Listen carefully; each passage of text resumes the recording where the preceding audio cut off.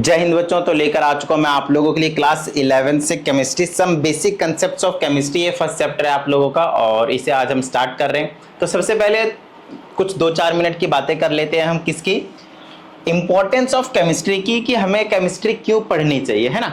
अगर हम पढ़ भी रहे हैं तो उसका रियल लाइफ में कहीं पे यूज है भी या फिर नहीं भी है ना।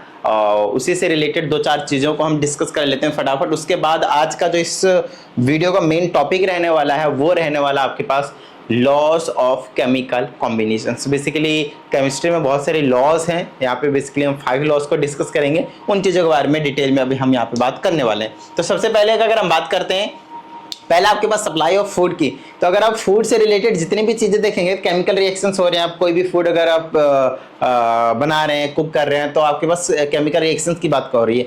अब वो ठीक है, केमिकल रिएक्शंस हो रहा है, उससे हमें कुछ ज्यादा वो नहीं हो रहा, बना रहे हैं, हो रहा है, दैट्स इट। लेकिन मेन जो चीज है कि भाई उसमें केमिस्ट्री सबसे ज्यादा वाइटल रोल कैसे प्ले कर रहा है वो हमें समझना बहुत ज्यादा इंपॉर्टेंट है।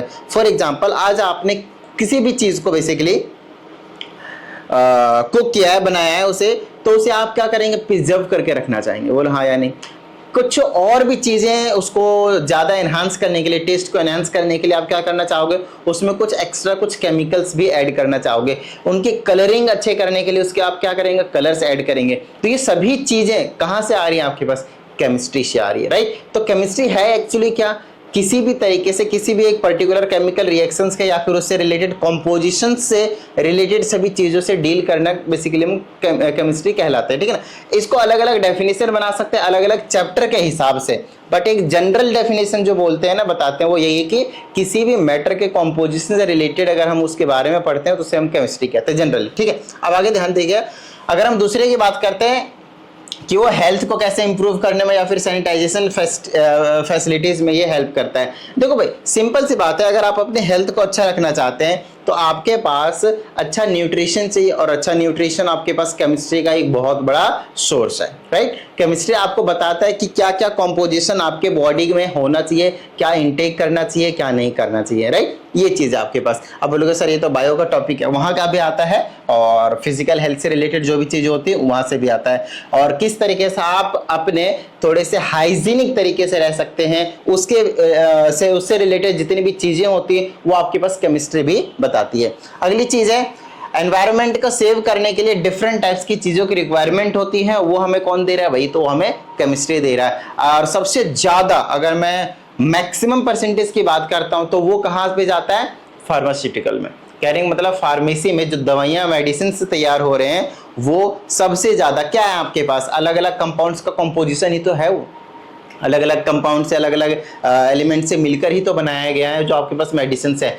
तो उसके जो प्रोसेसेस होते हैं, उसके जो एलिमेंट्स होते हैं, वो सभी के सभी क्या है आपके पास, केमिस्ट्री। आई बात समझ में, बहुत ज्यादा इंपॉर्टेंट रोल है इंडस्ट्री की। अगर आप किसी भी इंडस्ट्री की बात करते हैं, मान लो मैंने बोला कि भाई कार मैन्युफैक्चरिंग कंपनी है, तो कार मैन्युफैक्चरिंग कंपनी में आपको क्या लग रहा है कि वहां पे फिजिक्स लग रहे हैं, गलत, वहां पे आपके पास केमिस्ट्री लग रहा है। चलो, आपने लोहे ले लिए, बहुत सारे मेटल्स ले लिए, उसको हमने जोड़ जाड़ के कार बना दिया, बिना पेंट किए कार को चला रहे हो क्या, नहीं चला रहे। तो पेंट का जो आपके पास कॉन्सेप्ट है वहां पे केमिकल कंपोजिशन का, वो कहाँ है आपके पास, क्या है, केमिस्ट्री है। तो इन सभी चीजों में आपके पास यूज होते हैं। स्कोप ऑफ वॉर, अब बात है सर वॉर में कैसे यूज होगा, भाई वॉर में क्या फर्स्ट एड के नीड नहीं होगा, क्या है वो, केमिस्ट्री है। वॉर में क्या हथियार के यूज नहीं होंगे, तो उसमें जो मेटल्स वगैरह यूज होते हैं उसके क्या कॉम्पोजिशन होने चाहिए, याद आ रहा है, एलॉयज का यूज करते हैं, तो वो क्या आपके पास केमिस्ट्री है।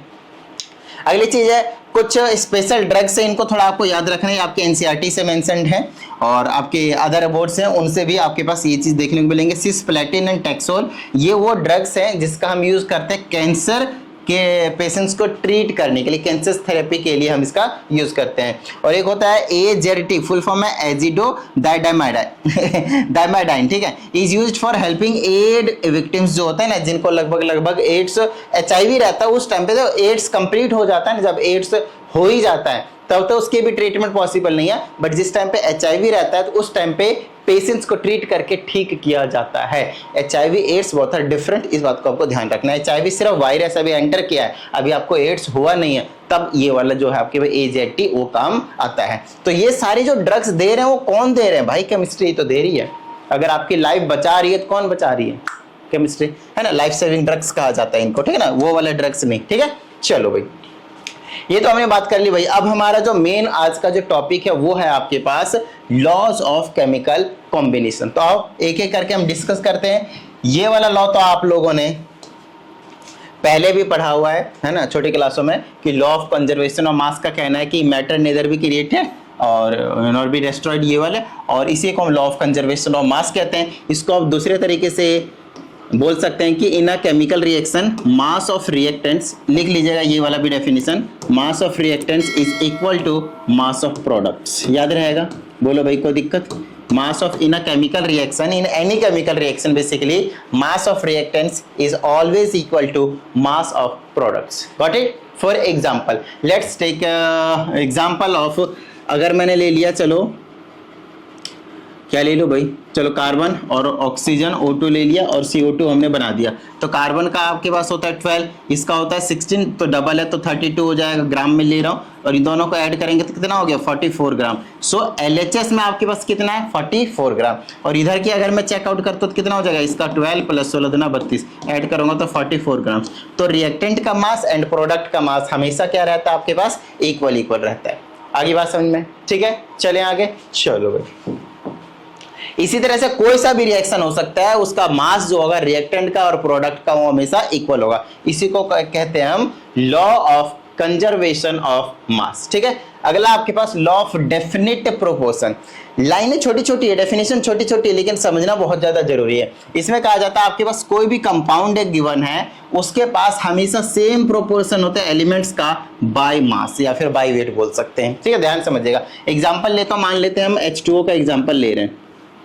तो अगर आप H2O का एग्जांपल ले रहे हैं तो इसमें दो एलिमेंट है, एक तो आपके पास हाइड्रोजन है और एक आपके पास ऑक्सीजन है। बोलो हाँ या नहीं? लेकिन हाइड्रोजन कितने? 2 हैं, तो इसका मास 1 होता है, तो 2 का कितना हो जाएगा आपके पास? 2 हो गया, है ना। देखो, अगर किसी बच्चे को नहीं आता है तो 1 to 20 एटलीस्ट आप लोगों को इन सभी के एटॉमिक मास जरूर से जरूर याद कर लेना है। ठीक है, 1 to 20 जो एटॉमिक मास है वो आपको जरूर याद करने हैं। अब यहाँ पे कहीं पे भी फ्रिक्वेंटली यूज होने वाला है। ठीक है, चलो भाई आगे की बात करते हैं। जैसे कि ये 2 था, हाइड्रोजन का एटॉमिक मास 1 होता है, तो इसके 2 हो गए तो ये 2 हो गया। वहीं पे ऑक्सीजन का 16 होता है, तो इसको मैंने रेशियो निकाला, 2/16 कर दूंगा तो कितना आया? 1/8। 1/8 मीन्स इसका रेशियो कितना हुआ? 1:8। आई बात समझ में? 1:8। अब इसका क्या मतलब है वो चीज समझने की कोशिश करते हैं। इनका कहना है कोई भी कंपाउंड होगा, जैसे हमने H2O कंपाउंड लिया, ये जो कंपाउंड होगा उसके जो एलिमेंट्स होंगे उनके मास का रेशियो हमेशा फिक्स रहता है, कभी भी चेंज नहीं होता, डेफिनिट रहता है। आई बात समझ में? अब बात आती है, दूसरा एग्जांपल लेते हैं। अब दूसरा एग्जांपल मान लो कि कहीं पे भी, मान लो इसको मैंने बोला कि 2 है, डबल कर दिया, डबल करेंगे कितना हो जाएगा? ये ऑक्सीजन हाइड्रोजन कितना हो गया? 4 हो गया, और ये 2 हो गया, तो कितना हो जाएगा? 32। अब भी मैं अगर इसको डिवाइड करूंगा तो 1:8 आएगा। तो इनका जो रेशियो वो हमेशा जो एग्जिस्ट करते हैं वो हमेशा 1:8 रेशियो फिक्स है। तो बाय मास से आप निकाल सकते हैं रेशियो, घर की बात है। वहीं अगर मैंने CO2 का लिया, मान लो कार्बन डाइऑक्साइड का 12 और इसका हो गया आपके पास 16 दूना 32, देख लो अच्छे से, कैंसिल कर दो, ये आ जाएगा, 4 से काट दो 3 बार में, 4 से काट दो 8 बार में। ये 3:8 में हमेशा एग्जिस्ट करते हैं carbon and oxygen in carbon dioxide. तो ये चीज आपको समझना है कि आप कोई सा भी कंपाउंड लेते हैं तो उसका जो एलिमेंट होता है उसका मास का रेशियो हमेशा फिक्स रहता है, डेफिनिट रहता है। वही चीज यहाँ पे कहने की कोशिश कर रहे हैं। एग्जांपल नहीं लिखा था, मैं आप लोगों को एग्जांपल के साथ समझा रहा हूं, तो बड़े ही प्यार से समझते जाइएगा। ठीक है, चलिए अब यहाँ पे एक बड़ी प्यारी सी चीज है, ध्यान से समझिएगा। इसमें हमसे कहा जाता है if 2 elements can combine to form more than 1 compound. अगर 2 एलिमेंट कंबाइन होते हैं और एक से ज्यादा कंपाउंड बनाते हैं, ध्यान समझिएगा, ठीक है ना। आगे हमसे कहा जाता है that combined with fixed mass of other element are in the ratio of small whole numbers। तो इसमें क्या होता है, देखो ये हमने हाइड्रोजन लिया, इसका रिएक्शन कुछ इस तरह से है। हमने हाइड्रोजन लिया है, हाइड्रोजन 2 ग्राम है तो H2 हो गया, प्लस ऑक्सीजन कितना है? 16 ग्राम है, तो इसका मतलब हाफ ऑफ O2 है, ये हाफ ऑफ O2 है। तो ये दोनों को मिलाकर क्या बना गया आपके पास? H2 और O बना गया, वाटर बना दिया। ठीक है, वहीं पे हाइड्रोजन हमने फिर से लिया है और अब की बार कितना है? 32 ग्राम, तो सिंपल O2 है, तो इसको हमने बनाया तो क्या बन गया मेरे पास? H2O2। This compound is called hydrogen peroxide and this is called water. ठीक है, चलिए अब ध्यान से समझना है यहाँ पे कि हो क्या रहा है भाई। इसका जो मास है वो 2 ग्राम है, इसका जो मास है वो 16 ग्राम है, इसका जो मास है वो 2 ग्राम है, इसका जो मास है वो आपके पास 16 नहीं 32 ग्राम है। ठीक है, चलो अब इसमें अगर आप नोटिस कर रहे हैं, जब दो कंपाउंड मिलते हैं, दो डिफरेंट कंपाउंड को फॉर्म करने के लिए, और ये दोनों जो मिल रहे हैं उनमें से एक हमेशा सेम होंगे, एग्जैक्ट सेम होंगे, 1:1 में होंगे, इनका रेशियो 2:2, तो ये हो जाएगा 1:1, इनका रेशियो हमेशा सेम होगा। तो ये जो दूसरा वाला होगा, दूसरा वाला वो 100% सिंपल रेशियो बेयर करेगा। ये है लॉ ऑफ मल्टीपल प्रोपोर्शन का पूरा डेफिनेशन। तो ये वाली चीज सबसे मतलब डायरेक्टली समझ में नहीं आता जब तक बच्चों को एग्जाम्पल ना दिया जाए। जैसे कि ये हो गया, अब ये 16 है और ये कितना मेरे पास 32 है, तो ये हो गया 16 एंड 32 का रेशियो निकालेंगे तो कितना आएगा 1:2। तो सिंपल होल नंबर रेशियो है, सिंपलेस्ट रेशियो है आपके पास। आई बात समझ में? ठीक है, 1:2 वो फ्रैक्शन व्रैक्शन में आपके पास नहीं आएगा, ये सिंपल होल नंबर रेशियो आने वाला है। ऐसा ही और एग्जांपल हो सकता है, जैसे कार्बन लिया मैंने, हाफ ऑफ O2 लिया मैंने, क्या बना दिया कार्बन मोनोऑक्साइड। वहीं पे कार्बन लिया मैंने, O2 बनाया मैंने, क्या बना दिया CO2। ये कितना था 12 ग्राम, ये कितना था 12 ग्राम। आई बात समझ में? अब ध्यान समझिएगा, ये कितना था 16 ग्राम, ये कितना था 32 ग्राम। इधर छोड़ते हैं, ये वाला फिक्स वाला था हटा दीजिए, इन दोनों का रेशियो कितना होगा 1:2। तो दिमाग से खेलना कम बन जाएगा। ठीक है, चलिए आगे की बात करते हैं। अब हमारे पास है Gay-Lussac's law of gases volumes. बड़ा ही सिंपल सा कॉन्सेप्ट है इनका, बड़ा ही सिंपल सा कॉन्सेप्ट है, ध्यान से समझिएगा। इनका कहना है कि भाई ऐसा है, जैसे कि मान लो हम यहाँ पे किसका एग्जांपल लिया इन्होंने, वाटर वेपर का। चलो अगर आपने हाइड्रोजन लिया, ऑक्सीजन लिया और कंबाइन कर दिया तो 2H2O बनता है। H2O बनता है, बैलेंस करने के लिए यहाँ पे 2 लगाएंगे, आपको यहाँ पे भी 2 लगाना पड़ेगा। आई बात समझ में? तो यहाँ पे इसमें हमसे कहा जाता है कि अगर मैंने इसका 100 ml लिया था तो इसका ना आपको सिर्फ 50 ml लेना पड़ेगा बाय वॉल्यूम। यहाँ पे वॉल्यूम के टर्म्स में हम डिफाइन कर रहे हैं चीजों को, वॉल्यूम के टर्म्स में। ठीक है, ध्यान समझिएगा। और ये आपके पास 100 ml ही मिलेगा। अब चीजों को समझने की जरूरत है। हमने 150 ml लिया तो 150 बनना चाहिए, लेकिन नहीं, कितना बन रहा है आपके पास, सिर्फ और सिर्फ 100 ml बन रहा है। और वो ये कैसे होता है, जब आप बैलेंसिंग करते हैं तब आपको नोटिस करने की जरूरत है कि इसके जो मोल्स हैं वो 2 हैं, इसको बोलते हैं 2 वॉल्यूम। ठीक है, इसके जो मोल्स हैं वो कितने 1, इसको बोलते हैं 1 वॉल्यूम। तो इसके बैलेंसिंग करके कितना आया आपके पास 2 वॉल्यूम। आई बात समझ में? तो ये जो स्टैंडर्ड फॉर्म है वो आपको बता रहा होता है कि एक्चुअल में ये कितने वॉल्यूम्स को रिप्रेजेंट कर रहा है। एग्जांपल के तौर पे ये 2V है, मतलब ये डबल है, और यहाँ पे 1 था तो इसका ये हाफ होगा, तो ये 100, तो ये सिर्फ और सिर्फ 50 ml ही चाहिए। और ये डबल है तो ये इसके जितना ही एग्जैक्ट बोल लो, सिंपल, तो ये 100 ml ही आपके पास मिलेगा बेसिकली। आई बात समझ में? तो अब इसमें हमसे कहा जाता है हाइड्रोजन एंड ऑक्सीजन जो है which combine 100 ml and 50 ml bear a simple ratio. तो उनकी जो रेशियो होती है वो हमेशा सिंपल होती है, तो 2:1। 100 और 50 ml का रेशियो निकालेंगे तो 2:1 निकल जाएगा, 100/50। आई बात समझ में? ठीक है, चलें आगे। तो इस तरह से आपको समझना है गे-लुसैक्स लॉ। सिंपल सिंपल चीजें, ज्यादा टेंशन मत लीजिए। ये लास्ट लॉ है आपके पास जिसे हम बोलते हैं एवोगाड्रो लॉ। एवोगाड्रो लॉ का क्या कहना है? कहना भाई equal volumes of all gases, चाहे कोई सा भी गैस हो, चाहे हाइड्रोजन हो, चाहे नाइट्रोजन हो, चाहे ऑक्सीजन हो, ध्यान समझना, एक्सेट्रा एक्सेट्रा, मैं कोई सा भी गैस के एग्जांपल का ले रहा हूं। कहते हैं अगर टेम्परेचर और प्रेशर सेम हुआ, ये दोनों चीजें सेम होनी चाहिए। अगर आपके पास टेम्परेचर और प्रेशर सेम हुआ तो उनके पास जो नंबर ऑफ मॉलिक्यूल्स होंगे वो आपके पास बिल्कुल सेम होंगे। बस इतनी सी बात है। फॉर एग्जाम्पल, ध्यान से समझिएगा, if I take 100 ml of oxygen, 100 ml of oxygen, तो मान लेते हैं कि इसमें X मॉलिक्यूल्स होंगे, मान लेते हैं X मॉलिक्यूल्स होंगे। दूसरी चीज, अगर मैंने फिर से 100 ml ऑफ हाइड्रोजन लिया तो इसमें भी आपके पास X मॉलिक्यूल्स ही होंगे।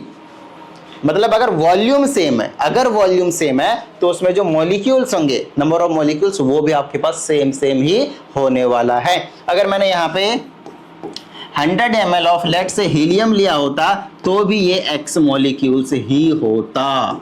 अब यहाँ पे चीजें समझ में आ रही कि जो मॉलिक्यूल्स हैं वो आपके पास सेम होगा अगर वॉल्यूम सेम हुआ तो। ठीक है, अच्छा, अब यहाँ पे एक इंपॉर्टेंट चीज जो आप लोगों को याद रखनी है कि 1 मोल जो मॉलिक्यूल को है ना, तो 1 मोल में जो होते हैं वो 6.022 या फिर 23 लिख सकते हैं आप, 10⁻23 मोलिक्यूल्स या फिर एटम्स बोल सकते हैं। इतने मॉलिक्यूल्स होते हैं एक मोल में, एक मोल में इतने मॉलिक्यूल्स होते हैं, ये आपको याद रखना है। वैसे भी अगली वीडियो में हम इसके बारे में डिटेल में डिस्कस करेंगे। आपको सिर्फ और सिर्फ अभी के लिए इतना ही समझना है। आई बात समझ में? तो ये कहानी हो गई अभी तक की हमारे पास कॉन्सेप्ट की कि जो डिफरेंट लॉज थे वो क्या कहते हैं और किस तरीके से हमें उनको समझना है। बट आफ्टर दिस लॉ और हमें क्या समझने की ज़रूरत है, तो आप समझाते हैं। और हमें समझना है न्यूमेरिकल्स। जब तक आप न्यूमेरिकल्स नहीं समझेंगे तब तक मतलब कोई फ़ायदा भी नहीं है। चलिए देखिए इधर ध्यान समझिएगा। कहता है 5 grams of hydrogen reacts with oxygen to make 30 grams of water. तो अगर मेरे पास हाइड्रोजन है, ऑक्सीजन है और ये वाटर बना रहा है आपके पास, यहाँ पे हमने बैलेंस कर दिया, तो हमसे इसमें कहा जाता है calculate how much oxygen is required. तो कहता है अगर मेरे पास ये 5 ग्राम्स था, कौन, हाइड्रोजन, और जो 30 ग्राम्स वाटर बना है, ये 30 ग्राम्स वाटर बना है, तो हमसे पूछा है कि ऑक्सीजन की कितनी रिक्वायरमेंट होगी, कितना ऑक्सीजन जरूरत होगा। तो 100% ये 25 ग्राम ऑक्सीजन जरूरत होगी। बताओ क्यों? क्योंकि 5 ग्राम और 25 ग्राम टोटल ऐड करेंगे तभी तो वो किसके इक्वल होगा, 30 ग्राम्स के। ये कौन से पे बेस्ड था? Law of conservation of mass. बोलेंगे हाइड्रोजन के लिए 5 ग्राम, ऑक्सीजन के लिए x ले लो इज इक्वल टू 30, यहाँ से x की वैल्यू निकाल दिया 25 ग्राम। कोई दिक्कत नहीं भाई। चले, ये तो बेसिक सा क्वेश्चन है भाई, ये तो 9th क्लास में करवाया हुआ है। आइए अगले क्वेश्चन की बात करते हैं। इसमें हमसे कहा था on eating 10 grams of sodium carbonate. तो मेरे पास यहाँ पे सोडियम कार्बोनेट है, Na2CO3 इसका फॉर्मूला होता है, वैसे भी दिया भी हुआ है आपके पास। यहाँ पे कहता है 4.4 gram of carbon dioxide, CO2 4.4 ग्राम है, और ये वाला 10 ग्राम को हमने हीट किया था, और साथ में हमसे कहा जाता है 5.6 grams of sodium oxide. Sodium oxide is produced, कितना? 5.6 ग्राम, 5.6 ग्राम। तो इसमें हमसे कहा जाता है कि आपको शो करना है कि ये law of conservation of mass को फॉलो कर रहा है, वेरीफाई कर रहा है। आई बात समझ में? वो भी कर रहा है, तो कोई दिक्कत नहीं है। रिएक्टेंट का मास 10 ग्राम, तो प्रोडक्ट का भी मास, इन दोनों को ऐड कर दो, कितना आ जाएगा ऐड करने पे? 10 ग्राम। तो क्योंकि रिएक्टेंट का मास और प्रोडक्ट का मास आपके पास सेम है, इसीलिए ये law of conservation of mass को वो भी कर रहा है, हेंस प्रूव्ड। बिल्कुल बेसिक सा क्वेश्चन था, कोई दिक्कत वाली बात नहीं भी। आइए अगले की बात करते हैं। इसमें हमसे कहा जाता है hydrogen and oxygen combine in the ratio 1:8।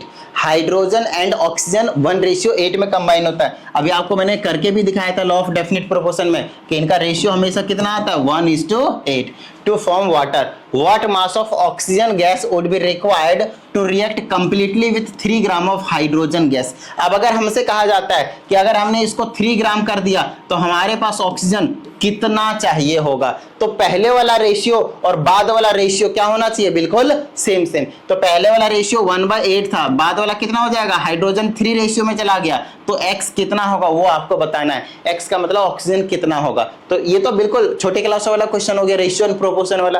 Cross multiply कर देंगे तो यहाँ से आ जाएगा आपके पास 24 ग्राम। एक बेसिक सा क्वेश्चन है, मेरे पास ध्यान सुनिएगा। अगर 1 ग्राम हाइड्रोजन के लिए 8 ग्राम चाहिए ऑक्सीजन, इसका ये मतलब है अगर 1 ग्राम हाइड्रोजन होगा तो 8 ग्राम ऑक्सीजन चाहिए। तो अगर फिर 3 ग्राम हाइड्रोजन हो जाएगा तो ऑक्सीजन कितना चाहिए? 24 ग्राम, 3 टाइम्स होगी। आई बात समझ में? ये बेसिक सा क्वेश्चन था। चलिए आगे की बात करते हैं हम। न्यूमेरिकल छोटे छोटे आपके पास। इसमें हमसे कहा जाता है given there following data for the compounds, कहता है SnO2, और ये इसका टेबल नहीं दिया, इसमें एक टेबल गिवन था, इसका ना एक आपके पास टेबल गिवन था। मैं आप लोगों को थोड़ा सा आइडिया दे देता हूँ, ध्यान से समझिएगा उसके टेबल में क्या गिवन था। यहाँ पे एक तो SnO लिखा होगा, एक SnO2 लिखा होगा, इस तरीके से, ठीक है ना। ये स्टेनस ऑक्साइड है, ये स्टेनस मोनोऑक्साइड, स्टेनस डाइऑक्साइड। ये स्टेनस, इसको टीन कहा जाता है, SN को टीन कहा जाता है, वैसे इसका नाम होता है स्टेनस। जैसे Fe मतलब आयरन होता है, बट एक्चुअल में उसे जब +2 के फॉर्म में होता है उसे हम फेरस कहते हैं, ठीक है। Okay, tin oxide, stannous dioxide कह सकते हो आप, कोई दिक्कत वाली बात नहीं है, या फिर tin oxide, tin monoxide, tin dioxide. अच्छा, इसमें ना वैल्यूज आपके पास गिवन होंगे, एक तो किसका होगा? टीन का, और एक होगा ऑक्सीजन का। तो मान लेते हैं यहाँ पे टीन का होगा, मान लेते हैं कि 100 ग्राम से, और ये भी आपके पास 100 ग्राम से। इसको मैं फिक्स करूंगा क्योंकि ऑक्सीजन एक सिंगल है, एक डबल है, तो इसके डिफरेंट होंगे। यहाँ पे जब ऑक्सीजन का होगा तो यहाँ पे 16 ग्राम है मान लेते हैं, और ये आपके पास 30 ग्राम है। कुछ और भी वैल्यूज यहाँ पे दिए जा सकते हैं, ध्यान समझिएगा, यहाँ पे कुछ और भी वैल्यूज दिए जा सकते हैं। फॉर एग्जाम्पल, मान लिया कि मेरे पास यहाँ पे जो वैल्यूज है वो 13.5 ग्राम से, तो यहाँ पे कितना दिया होगा? 27 ग्राम्स दिया होगा। 13 दूना 26 और 1 27, डबल। तो यहाँ से हो क्या रहा है आपके पास? अब आपसे यहाँ पे क्वेश्चन पूछा जा रहा है कि ऐसा कुछ क्या ये लॉ ऑफ मल्टीपल प्रोपोर्शन को फॉलो कर रहा है? तो देखो, एक तो फिक्स है आपके पास, और इनका जो आपके पास डिफरेंट है, देखो ऑक्सीजन O2, वो उसका जो रेशियो है आपके पास, वो होल नंबर आ रहा है या नहीं आ रहा है वो आपको चेक करना है। इसे इसको काटेंगे तो 1:2। हो सकता है कई बार नहीं आएगा, डेसिमल में आ जाएगा, रेशियो होल नंबर में नहीं आएगा। अभी तो 1:2 आ गया, हो सकता है यहाँ 1.2, यहाँ पे 3.5, ऐसे कुछ भी आ सकता है, कोई बड़ी प्रॉब्लम नहीं है। अगर वैसा आया तो फॉलो नहीं करता है, और अगर ऐसा आया तो फॉलो करता है। होल नंबर होने चाहिए, ठीक है, तो फॉलो करेगा लॉ ऑफ मल्टीपल प्रोपोर्शन को, ठीक है। चलो, इसमें हमसे कहा जाता है when hydrogen gas burns in oxygen it forms water vapour according to the following. ये वाला रिएक्शन है, आपको पता ही है पहले से ही। इसमें हमसे कहा जाता है अगर 10 लीटर ऑफ हाइड्रोजन गैस हुआ, कंप्लीटली रिएक्ट करता है गैस के साथ, कांस्टेंट टेम्परेचर प्रेशर भी दे दिया, तो हमसे कहता है कि what volume of oxygen gas is required and what volume of water vapour is produced. तो बड़ा सिंपल सा क्वेश्चन पूछ लिया रे, देखो इधर 2 of H2O2, ये है आपके पास गे-लुसैक्स लॉ पे बेस्ड क्वेश्चन। देखिए बेसिक सा क्वेश्चन है। इसमें हमसे कहा जाता है अगर ये 10 लीटर हुआ तो ये कितना चाहिए होगा। तो रेशियो देखो, ये 2 वॉल्यूम है तो ये एक ही वॉल्यूम चाहिए, मतलब इसका हाफ चाहिए, तो ये हो गया आपके पास 5 लीटर। अब ये कितना प्रोड्यूस हुआ, जो एग्जांपल पहले दिया 100 और 50 और 100 का, ये 10 और 5 है तो ये कितना होगा, 10 ही रहेगा, 10 लीटर का। देखो रेशियो, वॉल्यूम्स को देख लो बस अच्छे से, और कुछ नहीं, बिल्कुल बेसिक सा क्वेश्चन।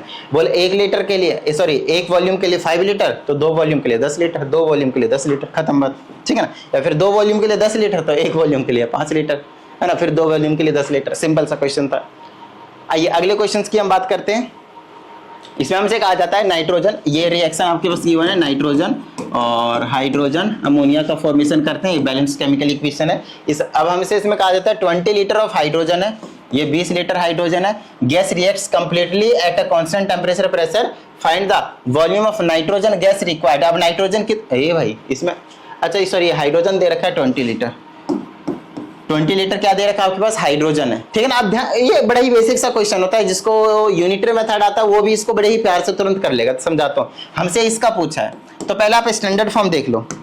यहाँ पे तुम बोलोगे कि 3 volume is equal to 3 volume of hydrogen requires 1 volume of nitrogen, बोलो हाँ या नहीं। यहाँ पे स्टैंडर्ड कंडीशन के हिसाब से देख लो, 3 वॉल्यूम जब हाइड्रोजन का था बैलेंस करने के बाद, तो 1 वॉल्यूम चाहिए किसका, नाइट्रोजन का।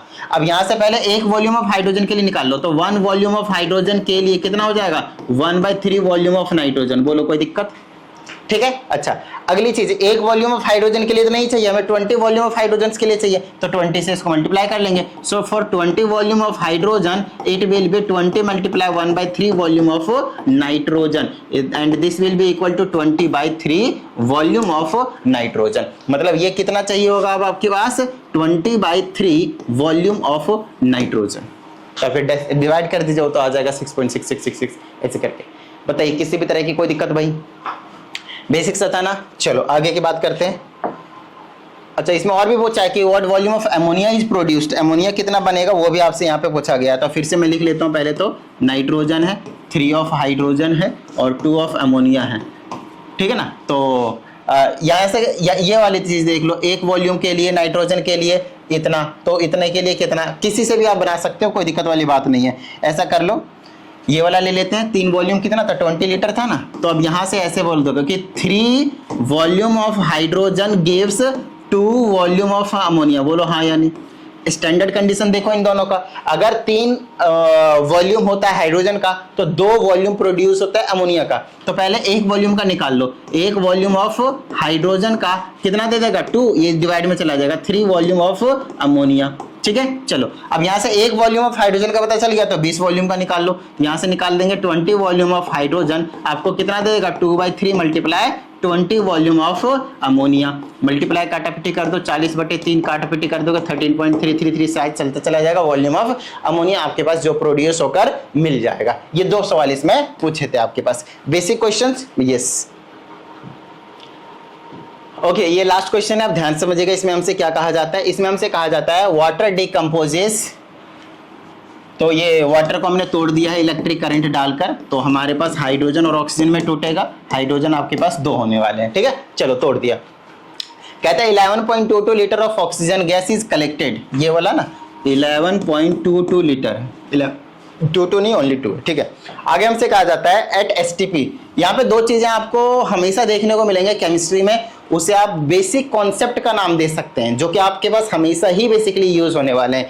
तो एक होता है आपके पास STP और एक होता है आपके पास NTP, ठीक है। देखो अगर हम STP की बात करते हैं तो इसका मतलब होता है standard standard temperature pressure, temperature pressure, ठीक है, स्टैंडर्ड टेम्परेचर प्रेशर। और इसका जो मतलब होता है वो होता है आपके पास normal temperature pressure, temperature pressure, ठीक है। तो ये चीज याद रहेगी आप लोगों को, ये तो स्टैंडर्ड और ये होता है नॉर्मल टेम्परेचर प्रेशर। तो इन दोनों में जो वैल्यूज का थोड़ा सा ना डिफरेंस होता है। क्या डिफरेंस है, ध्यान समझिएगा। अगर हम स्टैंडर्ड वाले के केस की बात करते हैं तो उस केस में जो टेम्परेचर होता है उसे हम बोलते हैं 0 डिग्री सेल्सियस या फिर 273 केल्विन भी कह सकते हो, 0.15 भी होता है, उसे इग्नोर मारिए अभी फिलहाल, ठीक है ना। तो 273 केल्विन या फिर 0 डिग्री सेल्सियस कह सकते हैं। वहीं प्रेशर आपके पास 1 atm बोलेंगे आप, 1 atm प्रेशर, इसमें भी 1 atm ही रहता है, सिर्फ और सिर्फ 1 atm ही रहता है। अच्छा, इसमें आपके पास वॉल्यूम स्टैंडर्ड के केस में ना याद रखना है कितना होता है आपके पास 22 जैसे इसका ना डबल तो 4 लीटर ये रहता है आपके पास, 22.4 लीटर रहता है। वहीं पे यहाँ के केस में जो वॉल्यूम होता है वो 24.7 लीटर रहता है। तो चीजों का समझना है, क्योंकि इस केस में 0 डिग्री सेल्सियस था और इस केस में आपके पास जो टेम्परेचर है अप्रोक्सीमेटली 20 डिग्री सेल्सियस रहता है। अगर आप उसमें लेकर आएंगे कैल्विन में तो 293 कैल्विन हो जाएगा, बस ऐड कर देना है 20 और कुछ नहीं। इन दोनों के बीच में पहले तो डिफरेंस क्लियर करो भाई, ये बहुत ज्यादा जरूरी है। पूरे केमिस्ट्री में कहीं पे भी आपसे पूछा जा सकता है और आप वहीं पे धड़ाम से गिर जाएंगे, और मैं ऐसा बिल्कुल भी नहीं चाहता कि आप लोग धड़ाम से गिर जाएं। इसीलिए पहले से जितने भी कॉन्सेप्ट्स पॉसिबल है उसे क्लियर करके आपको रखना है। आओ भाई फटाफट बात करते हैं। स्टैंडर्ड के केस में याद रखेंगे टेम्परेचर कितना है 0, प्रेशर कितना है 1 atm और वॉल्यूम कितना है 22.4 लीटर, याद रहेगा। देखो टेम्परेचर बढ़ता है तो वॉल्यूम भी एक्सपेंड करता है, तो टेम्परेचर बढ़ा दिया तो वॉल्यूम बढ़ेगा, तो थोड़ा सा बढ़ेगा 24.7 लीटर हो गया, याद रहेगा। चलो अब वापस क्वेश्चन पे आ जाए, क्वेश्चन पे आए। चलो इन चीज़ों को हटा देता हूँ जो अभी एक्स्ट्रा लिखा हूँ रिएक्शन को छोड़कर, ठीक है, इन चीज़ों को हटा देता हूँ। देखो साथ में नोट्स बनाते जाना भाई, फिजिक्स केमिस्ट्री का तो खास करके, नहीं तो बड़ी दिक्कत हो जाएगी। फिजिक्स केमिस्ट्री का तो खास करके नोट्स आपको साथ साथ में ही बनाते जाना है, वरना बहुत ज़्यादा दिक्कत हो जाएगी, बहुत ज़्यादा दिक्कत हो जाएगी, ठीक है। अब देखिए इसमें हमसे क्या कहा जाता है, कहता है अगर 11.2 litre of oxygen gas is collected, मतलब ये वाला जो ऑक्सीजन गैस है वो 11.2 लीटर प्रोडक्शन हुआ है इसका, ठीक है। अब इसमें हमसे कहा जाता है what volume of hydrogen gas will be produced, तो हाइड्रोजन गैस कितना प्रोड्यूस हुआ है वो देखना है। तो ये 1 रेशियो में ये डबल है तो इसका डबल कर दो भाई, तो ये 22.4 लीटर प्रोडक्शन हो गया क्वेश्चन। आई बात समझ में, ये चीज है आपके पास, ठीक है। तो बेसिक सा क्वेश्चन था और कुछ नहीं, ये कहानी है। और यहाँ पे हमारे पास जो है वो कंप्लीट करते हैं हम जितने भी लॉज ऑफ केमिकल कॉम्बिनेशंस थे विथ न्यूमेरिकल्स। तो ये बेसिकली कॉन्सेप्ट है, आप कह सकते हैं। इन कॉन्सेप्टों को हमेशा आपको क्लियर करके रखना है, तभी जाकर आगे जो है वो मजा आने वाला है। कुछ पोर्शन हो सकता है एक आधे स्टूडेंट्स को ही डाउट होंगे कि भाई उसमें यूनिटरी मेथड कैसे लगा दिया, तो डरने की कोई जरूरत नहीं। आगे चल के हम आपको limiting reagent and access reagent नाम का एक टॉपिक करवाएंगे, ठीक है। वहां पे आपको डिटेल में अगेन ये वाली चीज जो है ना वो क्लियर कर दिया जाएगा, तो डरने बिल्कुल भी नहीं है। चलिए उम्मीद करते हैं इस वीडियो में सभी चीजें आप लोगों को क्लियर हो गए होंगे, और ठीक है भाई प्रैक्टिस करते ही मिलते हैं अगली वीडियो में। जय हिंद।